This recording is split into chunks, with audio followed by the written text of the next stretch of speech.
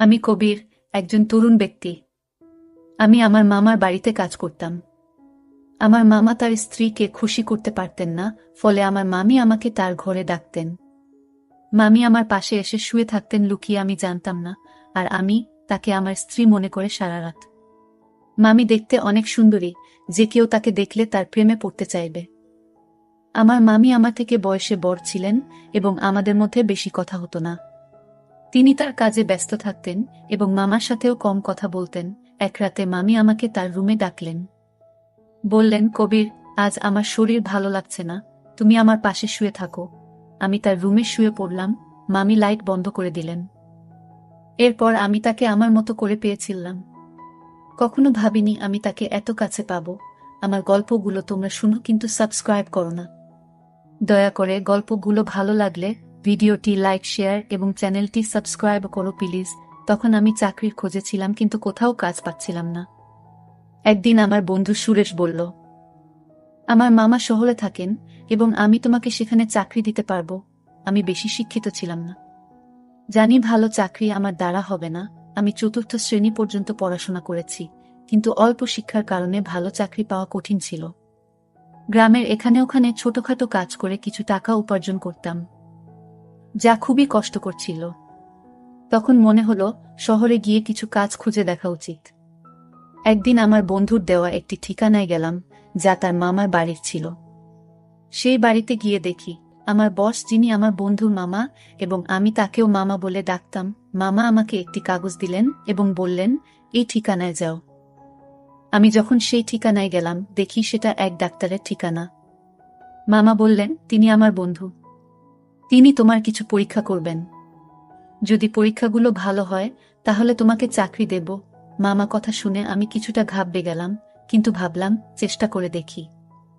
ডাক্তারের কাছে গিয়ে তিনি আমার কিছু পরীক্ষা করলেন এবং কিছুক্ষণ পর রিপোর্ট দিলেন। আমি বাসায় ফিরে মামাকে রিপোর্ট দেখালাম। মামা হাসতে হাসতে বললেন, তুমি দেখতে বেশ সুন্দর, তোমার চেহারাও ঠিক আছে, তোমার কাজ নিশ্চিত হয়েছে। এত সহজে কাজ পেয়ে আমি অবাক হয়ে গেলাম এবং ভাবতে থাকলাম, কিভাবে এত সহজে এই সুযোগ পেলাম। প্রতিবেদনটি ইংরেজিতে লেখা ছিল এবং চতুর্থ শ্রেণী পাস একজন ব্যক্তির পক্ষে এটি বোঝা সহজ ছিল না। যখন বাড়িতে এসে আমার স্ত্রীকে দেখালাম, তিনি বললেন, তুমি অযথা চিন্তা করছো। এই ধনী লোকেরা আমাদের মতো গরিবদের পরীক্ষা করিয়ে নিশ্চিত হতে চায় যে আমরা কোনো বড় রোগে আক্রান্ত আছি কিনা। তারা মনে করে চাকরদের মাধ্যমে রোগ ছড়াতে পারে। তার কথা শুনে আমার মন অনেকটা হালকা হলো। আমি যে চাকরিটা চেয়েছিলাম সেটা পেয়ে গেছি। সকালে কাজে যাওয়া শুরু করলাম, কিন্তু আমার চোখ প্রায়ই মামির দিকে আটকে যেত। তিনি ছিলেন অত্যন্ত সুন্দরী এবং মার্জিত মহিলা।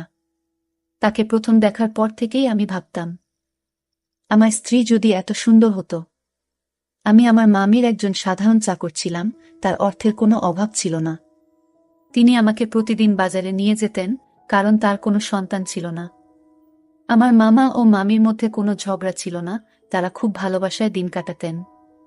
আমি মামিকে মনে মনে ভালোবাসতে শুরু করলাম। তাকে নিয়ে ভাবতে লাগলাম। একদিন বাড়ির পুরনো চাকর এলো। সে আমাকে অভিনন্দন জানিয়ে বলল, তুমি পরীক্ষায় উত্তীর্ণ হয়েছ, কিন্তু মনে রেখো, এই বস, যাকে তুমি মামা বলে ডাকো, খুবই কঠোর। এই কথা শুনে আমি ঘাবড়ে গেলাম এবং ভাবতে লাগলাম, যদি আমাকে চাকরি থেকে বের করে দেয় তাহলে আমার কি হবে। সে চলে যাওয়ার পর আমি মামা মামিকে খুশি রাখার জন্য আরো মনোযোগী হলাম, কারণ এখন আমার চাকরিটা চলে গেলে এখন আর কোনোভাবেই চাকরি পাবো না। তাই আমি এই চাকরিটা মন থেকে করতে লাগলাম। মামা বেশিরভাগ সময় বাড়ির বাইরে থাকত। আমার মামি একদিন আমাকে তার রুমে ডেকে বললেন, তুমি খুবই অল্প বয়সী, পরিষ্কার পরিচ্ছন্নতার খেয়াল রাখো। আমি এমন একজন চাকর পছন্দ করি যে তার মনিবের মতো পোশাক পরে। এই বলে মামি আমার হাতে কিছু টাকা দিলেন এবং বললেন, এই টাকা থেকে বেতন ছাড়া নিজের জন্য খরচ করো। আমি খুশি হয়ে গেলাম এবং এই বিষয়টি আমার স্ত্রীকে বললাম না, কারণ আমিও আমার মামিকে খুব পছন্দ করতাম। আমি স্বপ্ন দেখতে শুরু করলাম যে মামির অভিব্যক্তি দেখে মনে হতো তিনি খুশি নন। তার কোনো সন্তান ছিল না, তাই মনে হতো মামা তাকে খুশি করতে পারছেন না। আমি মামিকে খুশি করতে চেয়েছিলাম। মামির দেওয়া টাকা নিয়ে পরের দিনই একটা মার্কেটে গিয়ে কিছু নতুন জামা কাপড় কিনলাম। আমাকে দেখে মামি বললেন, আজ তোকে খুব সুন্দর লাগছে, সবসময় এমনই থেকো। আমি লজ্জা পেয়ে চোখ নামিয়ে নিলাম। আসলে আমার বিয়ে হয়েছে মাত্র 3 বছর, কিন্তু আমার স্ত্রী মামির মতো সুন্দরী ছিলেন না। বিয়ের 2 বছর পরই আমাদের সন্তান নিউমোনিয়া হয় এবং সে পৃথিবী থেকে চলে যান। এরপর আমার স্ত্রী সারাক্ষণ দুঃখে কান্নাকাটি করত, কিন্তু আমি একজন পুরুষ এবং আমারও কিছু প্রয়োজন ছিল। আমি চাইতাম আমাদের আরেকটা সন্তান হোক, কিন্তু আমার স্ত্রী সন্তানের নাম শুনলেই বিরক্ত হয়ে যেতেন। তিনি সবসময় আমার থেকে দূরে থাকতেন। আমার মামিকে দেখে আমার মনোভাব বদলাতে শুরু করেছিল। মামা মামির বিয়ে হয়েছে 1 বছর হয়ে গেছে, কিন্তু তাদের কোনো সন্তান নেই। মামা সবসময় তার ব্যবসায় ব্যস্ত থাকতেন, আর মামি ফ্যাশন ও পার্টিতে মগ্ন থাকতেন।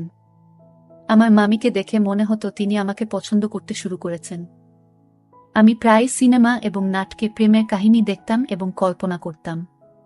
মামি আমার কাছে এসে বলবেন, আমি তোমার প্রেমে পড়েছি। এক রাতে যখন আমি ঘুমাচ্ছিলাম, মনে হলো আমার পাশে কেউ আছে। মামি ছিলেন খুবই সুন্দরী এবং তার দেহ আকর্ষণীয় ছিল। আমার স্ত্রী আমাদের সন্তান হারানোর দুঃখে নিজের শরীরকে অবহেলা করেছিলেন। কোনো যত্ন নিত না, তাই সে শুকিয়ে কাঠ হয়ে গেছে। আমার মতো একজন গরিব মানুষ যখন ভাবতাম আমি কি করে চাকরের মতো জীবন কাটাবো, তখন মামিকে আমার স্ত্রী ভেবে সারা রাত উপভোগ করতাম।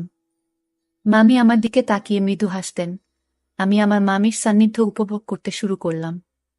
কাজ করার সময় মামি আমাকে ডেকেই যে কোনো কাজ দিতেন, আর আমি তা সঠিকভাবে করে দিতাম যেন কোনো অভিযোগের সুযোগ না থাকে। মামি সবসময় আমার প্রশংসা করতেন, আর আমি সততার সাথে আমার কাজ চালিয়ে যাচ্ছিলাম। একদিন মামির শরীর খারাপ হলে আমি তাকে হাসপাতালে নিয়ে যাই এবং মামাকে ফোন করে জানাই। এরপর মামা হাসিমুখে আমাদের সবার জন্য মিষ্টি আনলেন। এরা দেখে আমি খুব খুশি হয়েছিলাম, কিন্তু সেই দিন থেকে মামির আচরণ বদলে গেল।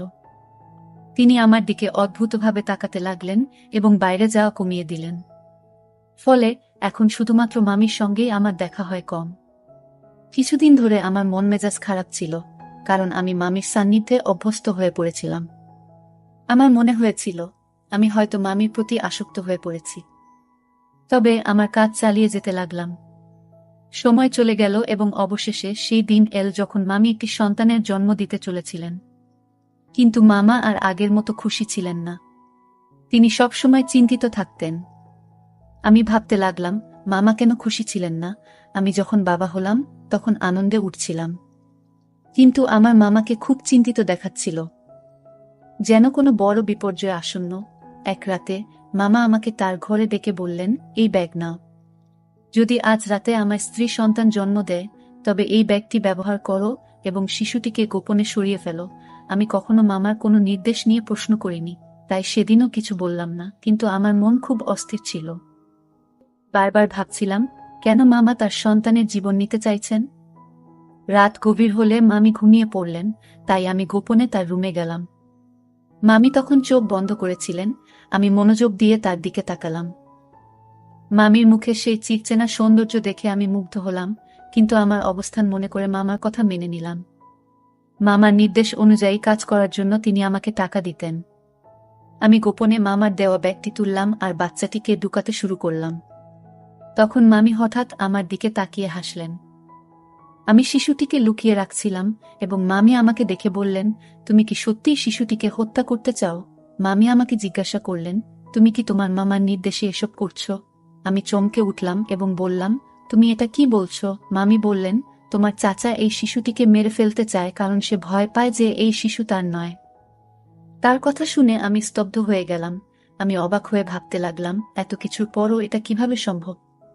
মামি বললেন, তোমার মামা সন্দেহ করছে যে এই শিশু তার নয়, তাই সে এই কাজটি করতে বলেছে। সে এই শিশুটির বাবা নয়, তুমি এর বাবা। এই কথা শুনে তাকে বললাম, তবে তুমি কেন বলছো আমি এই শিশুটির বাবা? আমি এই কথা শুনে স্তব্ধ হয়ে গেলাম। আমি বললাম, আপনি কি চান আমি এই শিশুটিকে বাঁচিয়ে রাখি? মামি হাসলেন এবং বললেন, এই শিশুটিকে জঙ্গলে ফেলে দিও না, কারণ এই শিশুটির বাবা তুমি।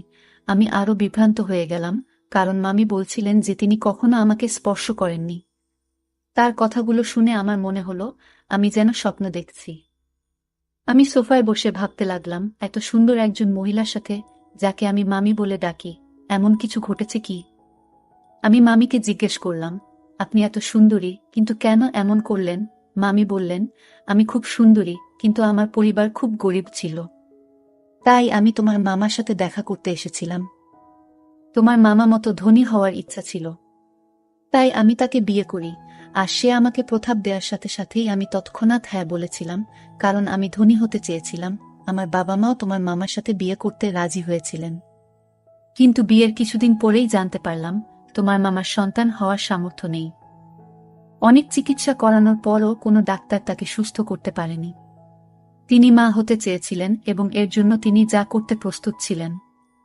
তারপর তিনি তার চাকরের মাধ্যমে একটি অদ্ভুত পরিকল্পনা তৈরি করেছিলেন, তাই তিনি সবসময় চাকরদের নিযোগের আগে পরীক্ষা করাতেন। তোমার চাচা তোমার মাধ্যমে তার পরিকল্পনা সফল করতে চেয়েছিলেন, মামি বললেন। এই শিশুটি তোমারই সন্তান এবং তিনি চান না যে এটি প্রকাশ্যে আসুক। তিনি জানতে চেয়েছিলেন তিনি বাবা হতে সক্ষম কিনা, তাই আমাকে চাকরের সাথে ঘুমাতে বলেছিলেন। মামির এই কথা শুনে আমি আরও হতবাক হয়ে গেলাম এবং কিছু বলতে পারলাম না। তিনি বলতে লাগলেন, তোমার মামা আমার জন্য অনেক চাকর নিয়োগ করেছিলেন, কিন্তু আমি যাকে ভালোবাসার যোগ্য মনে করতাম তাকেই গ্রহণ করতাম। আমরা অনেক চাকর বদল করেছি, কিন্তু তোমাকেই প্রথম উপযুক্ত মনে হয়েছিল। প্রথম দেখাতেই তোমার প্রতি আমার আকর্ষণ জন্মায়। আমি অবাক হয়ে বললাম, তুমি কখন আমার কাছে এসেছিলে? মামি হাসলেন এবং বললেন, তোমার মামা এমন পরিকল্পনা করেছেন যে তুমি বুঝতেও পারোনি। তুমি মনে করতে তুমি তোমার স্ত্রীর সাথে আছো, কিন্তু আসলে আমি ছিলাম। তোমার মামা রাতের আধারে আমাকে তোমার রুমে পাঠাতেন এবং তোমার স্ত্রীকে অন্য ঘরে অজ্ঞান করে রেখে দিতেন। তিনি নিজেই পাহারা দিতেন যাতে কেউ সন্দেহ না করে। মামি বললেন, আমি প্রথমে বাধ্য হয়ে এসেছিলাম, কিন্তু পরে তোমার প্রতি আকৃষ্ট হতে শুরু করলাম। তোমার কাছ থেকে যে সুখ পাচ্ছিলাম তা তোমার মামা কখনোই দিতে পারতেন না। সেই কারণেই আমি নিজেও তোমার প্রতি দুর্বল হয়ে পড়েছিলাম। তোমার মামা যখন এই পরিকল্পনা চালিয়ে যেতে লাগলেন, আমি নিজে উপভোগ করতে শুরু করলাম। তিনি আমাকে তোমার কাছে বারবার পাঠাতে থাকলেন। তিনি আরও বললেন, আমি গর্ভবতী হলাম এবং তোমার মামা আমাকে ভোরের অন্ধকারে ঘরে ফিরিয়ে আনতেন যাতে কেউ কিছু বুঝতে না পারে। এভাবে তোমার মামা তার সন্তান হওয়ার আশা পূর্ণ করতে চেয়েছিলেন এবং আমি নিজেও অজান্তে সেই পরিকল্পনার অংশ হয়ে পড়েছিলাম। কিছুদিন পর সে তার পরিকল্পনায় সফল হয়েছিল। ডাক্তার আমাকে জানিয়েছিলেন যে আমি মা হতে চলেছি, যা তাকে অত্যন্ত খুশি করেছিল। আমি বিস্মিত হলাম যখন শুনলাম সে ডাক্তারের কাছে মিথ্যা বলেছে। কেউ কিভাবে তার বউকে এমনভাবে ব্যবহার করতে পারে? তারা দুজনেই আমাকে টাকা দিয়ে তাদের খেলনা বানিয়ে ফেলেছিল, যা আমার মোটেই ভালো লাগেনি। তখন আমার মামি তার কথাবার্তায় ব্যস্ত ছিলেন। আমি তখন বুঝতে পারিনি যে আমি কি ভাবছিলাম, তবে মামি আমাকে বলেছিলেন, তোমার মামার পরিকল্পনা ব্যর্থ হয়েছে যখন তার একটি ছেলে হয়েছিল, কিন্তু তিনি একজন উত্তরাধিকারী চেয়েছিলেন। সে তার বন্ধুকে নিয়ে অন্য দেশে পালিয়ে যায় আর আমাকে বলে, এখন আমার কোনো সম্পত্তি নেই, আমার সব ব্যবসা শেষ। সেই শিশুটিকে আর সে চায় না। আমি বলেছিলাম, আমি তোমার বউ দাসী নই, যাতে তোমার ইচ্ছে মতো চলি। আগে তুমি আমাকে একটা চাকরের সাথে ঘুমাতে বাধ্য করেছিলে যাতে সবাই জানতে না পারে তুমি বাবা হতে পারো না। আর এখন বলছো এই সন্তানের দরকার নেই। মনে রেখো, আমি তোমাকে তালাক দেব, কিন্তু শিশুটিকে মারতে দেব না। আমি বিশ্বাস করেছিলাম যে শিশুটিকে সে আর খারাপ বলবে না, সে তার সন্তানকে পুরোটা দেখাবে। কিন্তু আজ যখন সে বলল এই শিশুটিকে হত্যা করার পরিকল্পনা করেছে, তখন নিশ্চিত হলাম যে তার বুকের হৃদয় নেই, পাথরের মতো কঠিন। মামির এই কথা শুনে আমি তাকে গিয়ে বললাম, আমি এসব জানতাম না। যদি এটা অন্য কারোর বাচ্চা হতো, আমি জঙ্গলে ফেলে দিতাম না। আমি বললাম, এখন এসবের পরোয়া করি না। তুমি তার মা, তুমি নিজেই তার যত্ন নেবে। এ কথা বলে আমি চলে যেতে লাগলাম। তখন মামি আমাকে থামিয়ে বললেন, এটাও তোমার সন্তান, তুমি তার পিতা, তাই এর সুরক্ষার দায়িত্ব তোমারও সমান। আমি হাসি দিয়ে বললাম, এই সন্তান আমার, তাই তুমিও আমার স্ত্রী হয়েছ। এই কথা শুনে মামি মুচকি হেসে বললেন, ধন সম্পদের লোভে আমাকে অন্ধ করে দিয়েছে, তাই এমন একজন খারাপ লোককে বিয়ে করেছি যে তার সম্মান বাঁচানোর জন্য তার স্ত্রীকে চাকরের কাছে পাঠিয়েছে। আর যখন আমি তার সম্মান রক্ষা করেছি, সে আমার সন্তানের প্রাণ নিতে চেয়েছিল এবং বলেছিল যে এই শিশুটি হতভাগ্য। যখন ব্যবসা ব্যর্থ হয় এবং সমস্ত টাকা হারিয়ে যায়, তখন সে আমাদের সন্তানের প্রতি অখুশি হতে শুরু করে এবং শিশুটিকে জঙ্গলে ফেলে দেওয়ার সিদ্ধান্ত নেয়। এইসব জানার পরেও আমি এমন লোকের সাথে থাকতে চাই না। আমি মামুর দিকে তাকিয়ে জিজ্ঞেস করলাম, এই সন্তানের জন্য আপনি কি একজন নিজ চাকরের সাথে থাকবেন? মামি বললেন, আপনি গরিব হতে পারেন কিন্তু আপনার মন অনেক বড়। তাই আমি আপনাকে বিয়ে করতে চাই, যাতে আমাদের সন্তান বেঁচে থাকে এবং ভালো জীবন পেতে পারে। মামি আমাকে জানালেন তিনি তার মামার থেকে ডিভোর্স পেয়েছেন এবং আমরা একই বাড়িতে সুখে থাকতে শুরু করি। মামি সেই বাড়িটি আগেই তার নামে পেয়েছিলেন। কিছুদিন পর যখন আমার স্ত্রী বিষয়টি জানতে পারেন, তিনি আমাকে ছেড়ে চিরকালের জন্য তার বাবা মায়ের বাড়িতে চলে যেতে চান এবং তালাকের প্রক্রিয়া শুরু করেন। কিন্তু মামি যখন পুরো ঘটনা আমার স্ত্রীকে জানালেন, আমি তাকে অনেক বুঝিয়ে শান্ত করি। অবশেষে আমি আমার দুই স্ত্রীর সাথেই সুখে সংসার করতে শুরু করি এবং আমরা সবাই মিলে সুখে থাকি। আজ আমি খুব খুশি, কারণ আমি জানতাম না যে আমার জীবন এত সুন্দর হবে। গল্পটা কেমন লাগলো জানাতে ভুলবে না। আরও মজার মজার রোমান্টিক গল্প শুনতে চাইলে ভিডিওটি লাইক, শেয়ার এবং চ্যানেলটি সাবস্ক্রাইব করতে এবং বেল আইকনটি ক্লিক করতে ভুলবে না। ধন্যবাদ।